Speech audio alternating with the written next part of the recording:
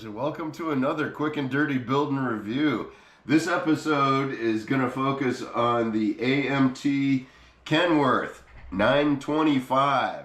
Alright, and I'm going to be doing a special version of this kit. I'm not going to be building the box version.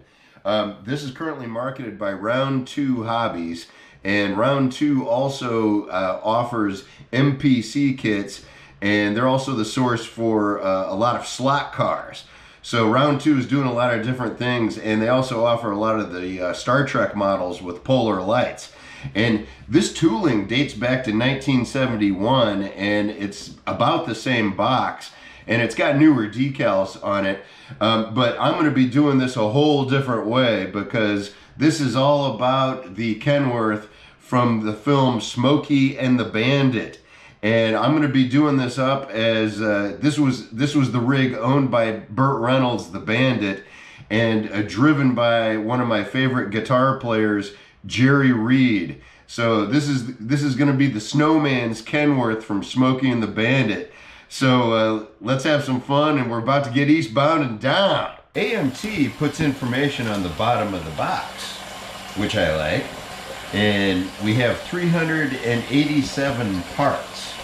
So this is a more complicated kit than I have built since returning to the hobby. And let's get into this thing.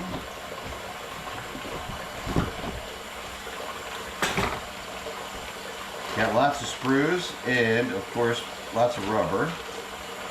And I am just going to give these plastic parts a quick wash in Dawn dishwashing detergent and get down to priming.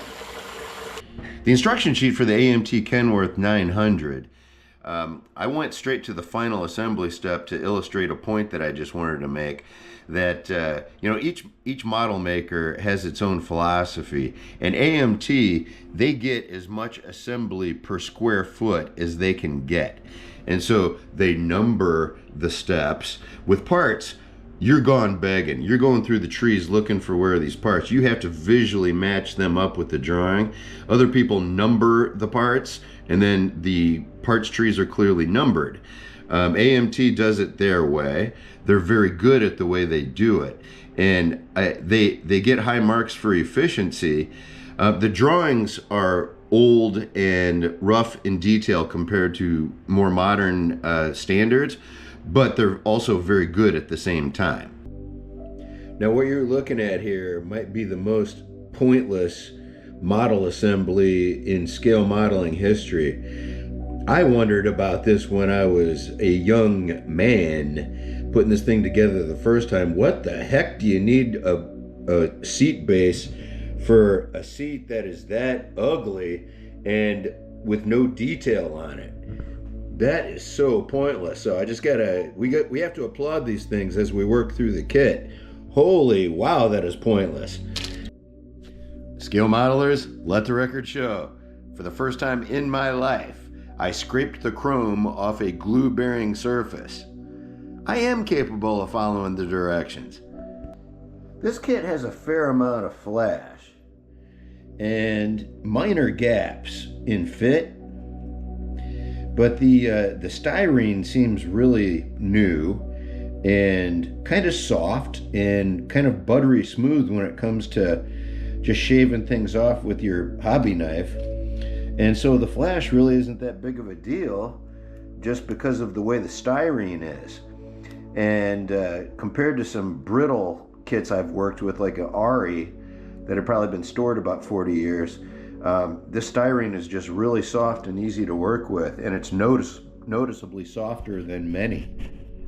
I am dry brushing the cute little CB radio, and I am dry brushing the instrument panel in the dashboard,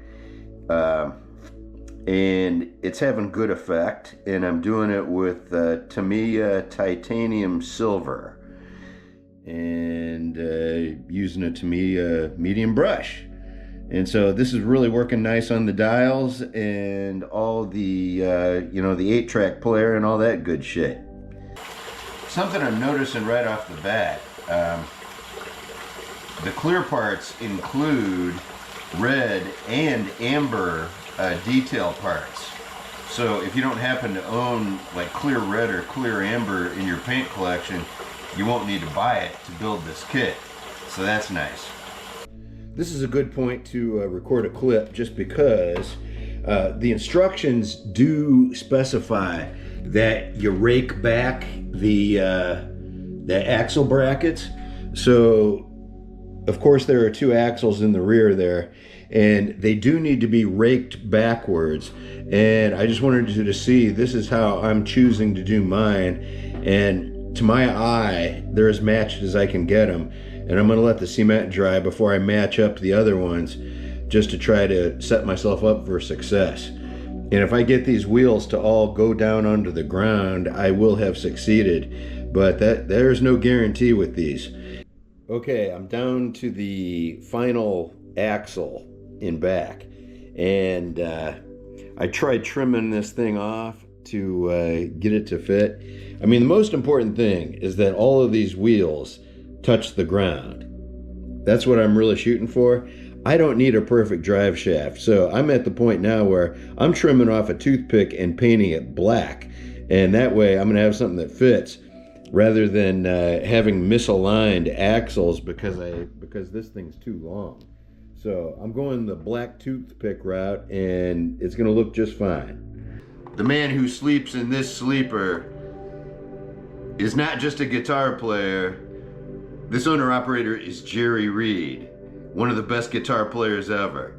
So I think it is entirely fitting that I build some guitar strings into this model.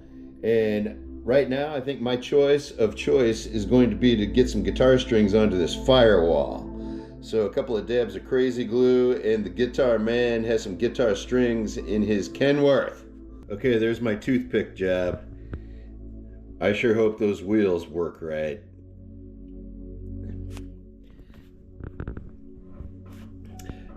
Okay, I installed the toothpick, and the axles are looking pretty good, and time to finish building this thing.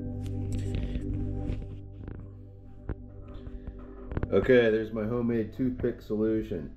That last drive shaft was just too long, which I know is a bad sign, but there are many stages along the way here where I could have had variances. But the important thing is that the wheels touch the ground. Now that my brake assemblies are on those rear axles, I am doing the wheels and the actual metal axles provided by AMT. And just to let you know, the axles are extra long, which is better than extra short. Not so convenient, but I did cut off a little under a ½ inch on each axle to get the result that I'm getting there, because the wheels were just too spread out without cutting the axle. And the steel is quality. I really had to horse my hacksaw to get through these two axles. So expect to trim a little bit. You might put those on there and find out the wheels are spread out too much. That's just a heads up. And like in the AMT world of the 60s, that might have just been taken for granted just because we're all such manly men. You just fix those things on the fly. The mud flaps, I followed the instructions and did, I did Tester's flat rubber enamel for the back part, and then I did Tamiya clear red around the outside, and then I used my Hobby Lobby sanding file stick to buzz off the rubber paint off the Kenworth logo and the words caution to get that to pop the way that I did. And then I retouched it up with the Tester's flat rubber enamel, which is what you see here. If it can help you at all, a hack that I tried out that really helped me was I attached the exhaust pipe to the turbine. I used canopy cement, and I bought this canopy glue at Hobby Lobby, and it dries clear and rubbery, and that gave me enough flex to get this second cross piece of the exhaust matched up without it being too fragile. So that gave you a lot of flex and let you line up the two parts so that your exhaust comes together better. So I hope that can help you, because it sure helped me.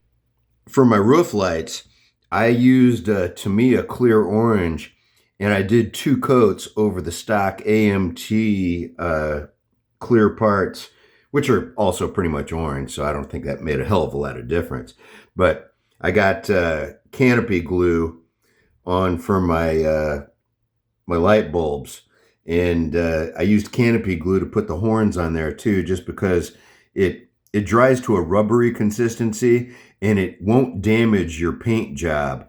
And especially with parts like this where you're laying a flat part onto a flat surface, you never get it in the exact right spot. And if you're using this solvent glue, your paint job's screwed.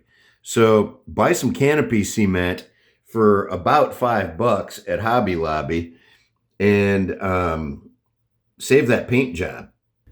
Oddly, the air cleaners were really hard. It was hard to get these parts to fit together right, even though they were just these flat butt joints. They just kept falling off. And I used canopy glue to connect this, and over there. And taping it in place got the job done. So use that to your advantage if you're the next time you're doing these. But all in all, these finished ones, they look pretty good. My decals came from Model Truckers, and they're an eBay seller, and they also have they have Smokey and the Bandit in a couple of different scales, I think, and they also have Sonny Pruitt's decals for the Moving On, and they got a little bit of advice about kit bashing for those popular TV trucks, and they delivered promptly, and I'm looking forward to trying out their decals here in just a second. The AMT Round 2 Kenworth W925 kit is a worthy challenge to build. The last tooling of this is modern day production. The styrene is fresh and buttery smooth. It's not an old stored kit. So, I mean, it's great to work with that way. The styrene's fresh. But the last tooling of this was 1971. And with that in mind, the detail is darned impressive, okay? So I think this was a hell of a kit in 1971, and it's a darn good one now. Modern production run, I can strongly recommend this kit. You're gonna like it. It's got plenty of detail, impressive detail. It's got great colored parts, and I think you're just gonna have a lot of fun with it. And let's take a last look here. I want to thank Model Truckers LLC, the aftermarket custom decals, for doing a great job on the Smokey and the Bandit decal package. So I strongly recommend their products, and I strongly recommend this Round 2 Hobby Lobby AMT kit. And this has been another Quick and Dirty Build and Review. Thanks for watching.